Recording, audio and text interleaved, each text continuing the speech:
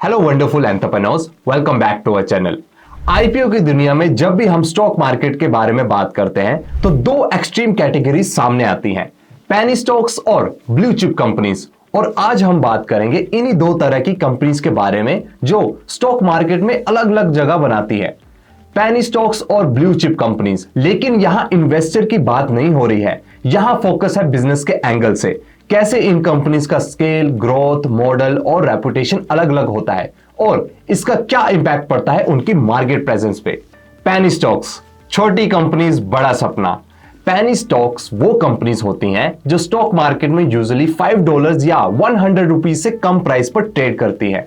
इनका साइज छोटा होता है, या तो ये स्टार्टअप्स होती हैं, प्रॉफिट्स इनकंसिस्टेंट होते हैं और ऑपरेशंस या तो अर्ली स्टेज पे होते हैं या फाइनेंशियल प्रेशर में। एक बिजनेस के लिए पेनी स्टॉक होने का मतलब होता है कि कंपनी अभी ग्रोथ के इनिशियल फेज में है, उसका मार्केट शेयर छोटा है, ब्रांड विजिबिलिटी भी लो होती है और उसका बिजनेस मॉडल अभी तक प्रूवन नहीं होता। बहुत बार हमने ऐसा देखा है कि कंपनी रेगुलेटरी स्टैंडर्ड्स को भी पूरी तरह कंप्लाई नहीं करती या उनकी फाइनेंशियल रिपोर्टिंग भी ट्रांसपेरेंट नहीं होती।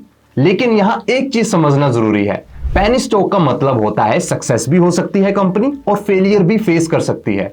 कुछ बिजनेसेस पेनी स्टॉक पे शुरू करके ब्लू चिप लेवल तक भी पहुंच जाते हैं, लेकिन वो बहुत ही रेयर केसेस होते हैं।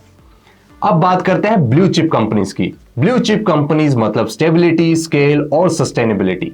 ब्लू चिप कंपनीज वो बिजनेस होते हैं जो अपने सेक्टर में मार्केट लीडर्स होते हैं, जैसे TCS, HDFC bank, Reliance, Infosys. ये कंपनीज अपनी फाइनेंशियल स्ट्रेंथ, ब्रांड, रेपुटेशन और लॉन्ग टर्म परफॉर्मेंस के लिए जानी जाती हैं।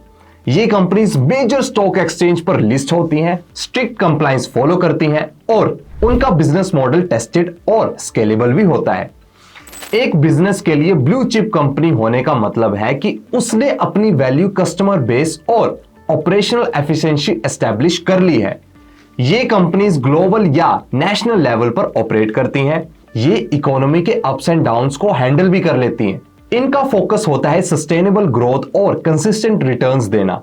ये कंपनीज अपने इन्वेस्टर को रेगुलर डिविडेंड्स भी देती हैं, जो सिग्नल करता है कि कंपनी के पास स्टेबल कैश फ्लो है। बिजनेस पर्सपेक्टिव से की differences, business point of view से पेनी स्टॉक कंपनी का स्ट्रगल होता है सरवाइव करना, जबकि ब्लू चिप कंपनी का गोल होता है स्केल और सस्टेन करना। पेनी स्टॉक बिजनेस इनोवेशन और रिस्क टेकिंग पे ज्यादा डिपेंडेंट होती है, लेकिन उसके पास रिसोर्सेज लिमिटेड होते हैं।